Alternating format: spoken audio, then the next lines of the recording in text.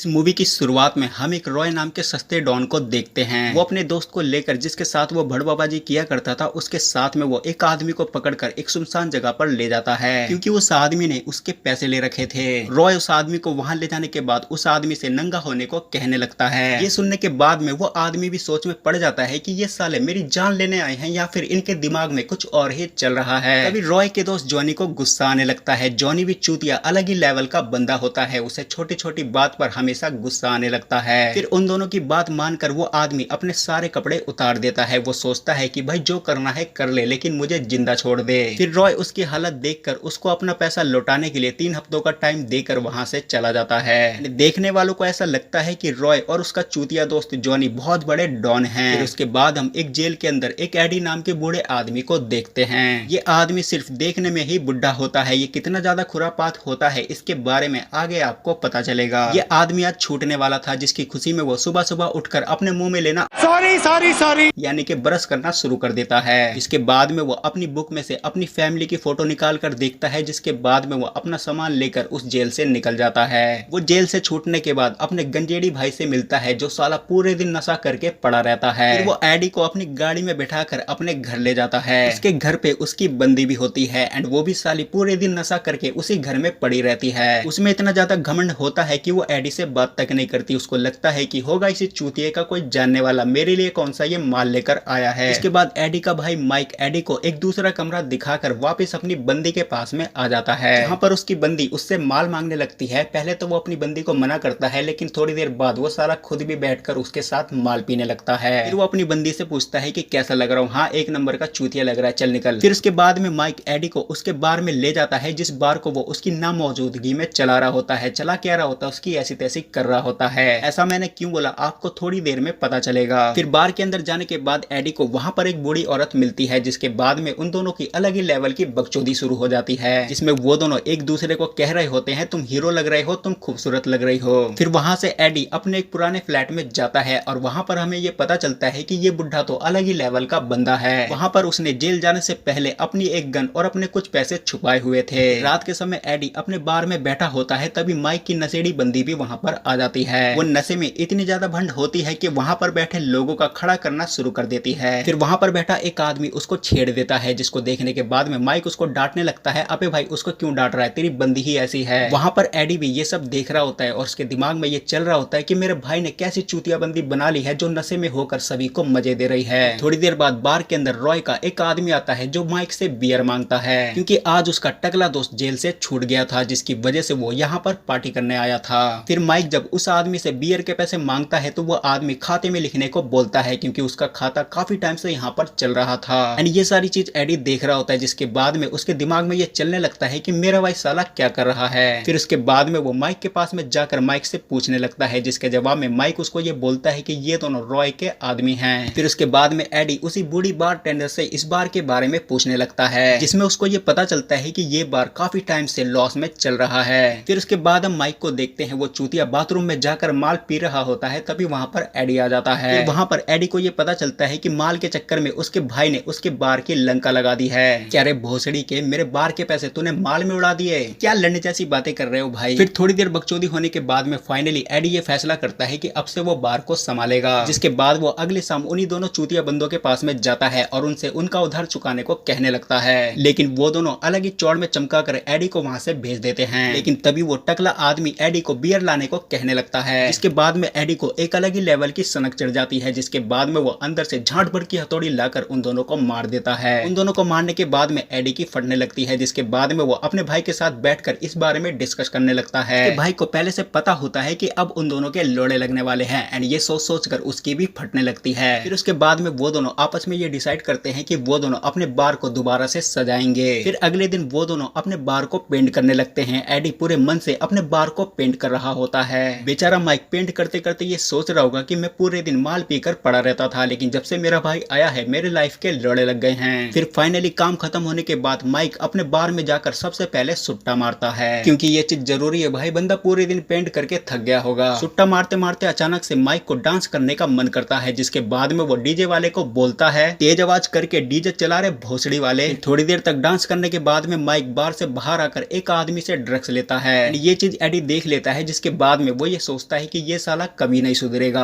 Mic उसके पास में आकर इधर उधर की बातें करके उसको चूतिया बनाने की कोशिश करने लगता है। फिर उसके बाद में एडी वहां से अपनी बेटी से मिलने उसके घर पर जाता है, जहां पर वो उसको देखते ही अपना गेट बंद कर लेती है, क्योंकि जब वो छोटी थी तभी एडी जेल में चला गया था एंड इसी वजह से वो उससे नफरत करती थी। फिर उसके बाद में एडी अपने बार में वापस आ जाता है। फिर थोड़ी देर बाद में रॉय अपने दोस्त जॉनी सिंस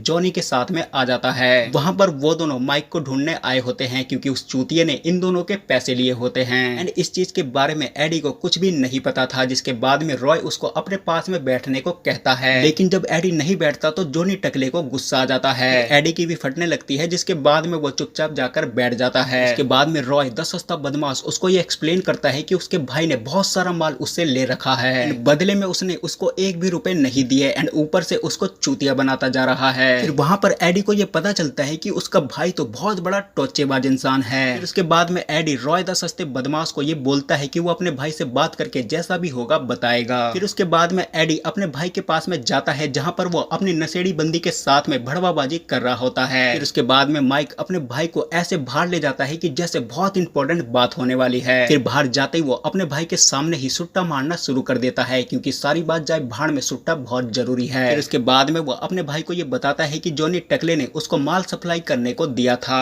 एंड जब उसने पहली बार माल सप्लाई कर दिया था तो उसको बहुत ज्यादा पैसे मिले थे, लेकिन नेक्स्ट टाइम जॉनी टकले ने उसको सप्लाई करने के लिए बहुत सारा माल दे दिया था। ये चूतिया सुट्टा मारने के चक्कर में उस माल को एक जगह पर छुपा देता है और सुट्टा मारने चला जाता है एंड जब ये वापस जाकर देखता है तो वो माल वहां से गायब हो चुका होता है। तभी से रॉय पैसे के लिए उसके पीछे पड़ा है। फिर उसके बाद में एडी माइक से ये पूछता है कि रॉय को कितने पैसे देने हैं। फिर माइक उसे जो अमाउंट बताता है उसको सुनकर एडी की फट जाती है। फिर उसके बाद में एडी वहां से एक वॉच की दुकान पर जाता है और अपनी 10 साल पुरानी घड़ी को बेचने की कोशिश करने लगता है, लेकिन वो दुकान का ओनर उसकी घड़ी का 4000 रेट बताता है। फिर एडी अपनी घड़ी को 4000 में बेचकर वहां से अपने दोस्त सॉन के पास में जाता है। मोटी नाक वाला उसका दोस्त उसको अपने घर में ले जाकर उसको डिनर करवाता है। डिनर करते करते वो दोनों अपनी पुरानी बकचोदियों में खो जाते हैं। वो दोनों अपनी बकचोदियों में इतना ज्यादा लीन हो जाते हैं कि उन दोनों को ये भी खबर नहीं होता कि वहां पर एक औरत भी बैठी है। वो औरत सॉन की वाइफ होती है और वो भी वहां पर बैठे बैठे ये सोच रही होती है कि कब इनकी बकचोदी खत्म हो और कब मैं खाना खाकर सोने जाऊं। लेकिन सॉन उसको ये बोलता है कि हमारी बकचोदी अब रात भर चलेगी, तुम जाकर सो जाओ। इसके बाद उसकी वाइफ सोने के लिए चली जाती है। फिर उसके बाद में सॉन एडी को लेकर बाहर आ जाता है। ये भी साला एक नंबर का सुट्टेबाज इंसान होता है। सुट्टा मारते मारते एडी से पूछता है कि वो यहाँ पर क्यों आया। फिर उसके बाद में एडी उसको सारी बातें बताकर उसको ये बोलता है कि उसकी फटी पड़ी है, उसको 25,000 रुपए उधार चाहिए एंड मोटी नाक वाला सॉन उसको 25,000 रुपए देने को तैयार हो जाता है। फिर उसके बाद में एडी उन पैसों को ले जाकर रॉय द सस्ते बदमाश को दे देता है एंड उससे वो बदले में 1 महीने का टाइम मांगता है। वो उससे कहता है कि जब उसका बार धीरे धीरे चलने लगेगा तो वो सारे पैसे उसके लौटा देगा।